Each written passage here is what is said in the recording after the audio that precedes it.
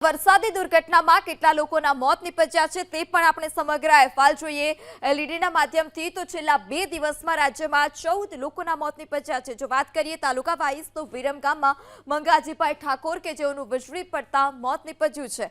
આણંદના કાળીબેન વસાવા કે દિવાલ પડતા તેઓનું મોત નિપજ્યું, જ્યારે ઠાસરાના ચાવડા કપિલાબેન કે જેઓનું વૃક્ષ પડવાથી મોત નિપજ્યું છે। 2 દિવસમાં રાજ્યમાં 14 લોકોના મોત નિપજ્યા છે।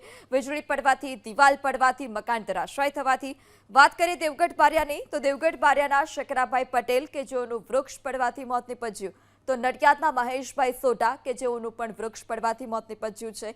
મહેમદાબાદના રણજીતસિંહ બારૈયા કે જેઓનું મકાન પડવાથી મોત નિપજ્યું છે। કુલ 14 લોકોના મોત નિપજ્યા છે, જ્યારે હોર્ડિંગ્સ પડવાથી હિમાંશુભાઈ પરમારનું મોત નિપજ્યું છે, જેઓ દસક્રોઈના સ્થાનિક હતા, જ્યારે ભેલોડાના 2 યુવકોના મોત નિપજ્યા છે વીજળી પડવાથી। વિશાલકુમાર ડામોર અને લાલજીભાઈ ગેલોત કે જેઓના વીજળી પડવાથી મોત નિપજ્યા। તો દેવગઢ બારિયાના મંગીબેન કે જેઓનું વૃક્ષ પડવાથી મોત નિપજ્યું છે।